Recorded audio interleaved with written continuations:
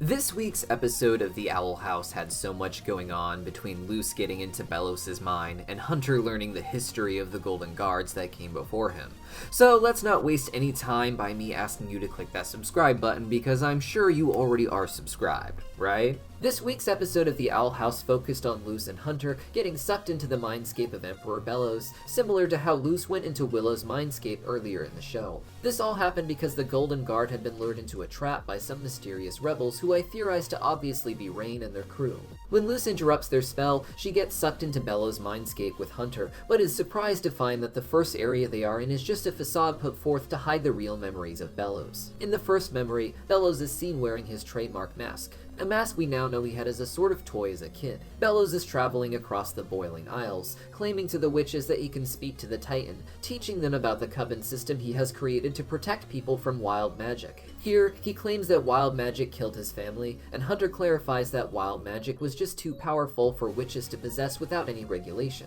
and that witches were hurting themselves and each other as a result. When Luce and Lilith went back in time to the Deadwardian era, however, we see that the witches using wild magic are doing so peacefully in a way that only ever helps other people. It would seem Belos really only blames wild magic for his own ignorance before embedding himself with a spell, and while he blames it for the death of his brother, or Hunter's supposed father, it becomes clear by the end of this episode that this isn't true either. He preaches about the coven system, but fakes an attack from wild witches, and has some early version of Hunter blow up the remains of the town. In another memory, Belos is shown talking to the people after the destruction of their homes, from a fire he claims was caused by wild magic, and promises the people they can find favor with the Titan and become prosperous again if they let him restrain their wild magic. They agree and become practically paralyzed, something far more intense than what we see when someone gets a coven seal in the modern day, which is just a mild ill feeling from what we see. Hunter writes this off as Belos trying to refine sigil magic to help people more than hurt them,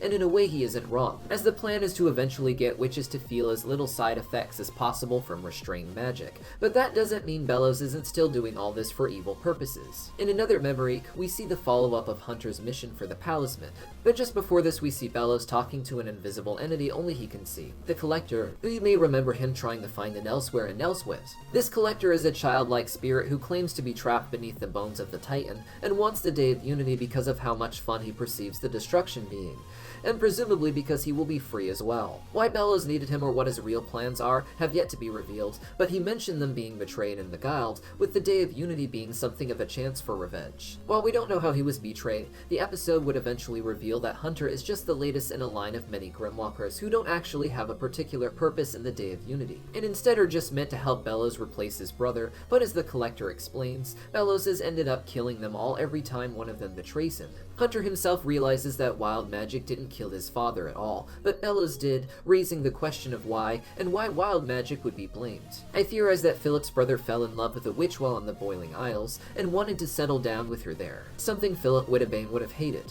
Belos reveals that he is a witch hunter, and considering he was alive in the 1600s, he would have been right in the perfect era for the Salem witch trials. While his brother would have seen the Boiling Isles for what it is, a beautiful and magical place, Belos would have seen this as a betrayal and killed his brother, blaming wild magic for his brother falling in love with a witch, and the curse he ends up imprinting on his skin. The curse seems to be kept at bay by Palismanescence, which in this episode we learned is a sort of soul for the Palisman, and they all manifest in Belos' mindscape as a horrifying monster. Despite it looking like it keeps the curse at bay, Belos talks about the curse as if he loves the great twisted power it gives him, and about the Palisman as if they allow him to maintain that power, as opposed to just stopping him from going full monster when he loses controls. Who knows what the other Golden Guards did to supposedly betray Belos, but with all of his secrets revealed to Hunter and Luce, he had no choice but to flee with her back to the Owl House, where I am sure they will be under attack again soon, as the Day of Unity draws near. This week's episode ended with Hunter running out into the woods, but as Luce said earlier on, Ida would likely welcome him with open arms at the Owl House, and he will join their ever-growing crew of outcasts ready to fight Belos. But so far, these are just my own opinions. What do you guys think? Let me know your thoughts in the comments down below, and don't forget to hit that subscribe button because we will be doing a live stream interview with the cast of The Owl House at the end of the season, and you're not going to want to miss that. See you next time!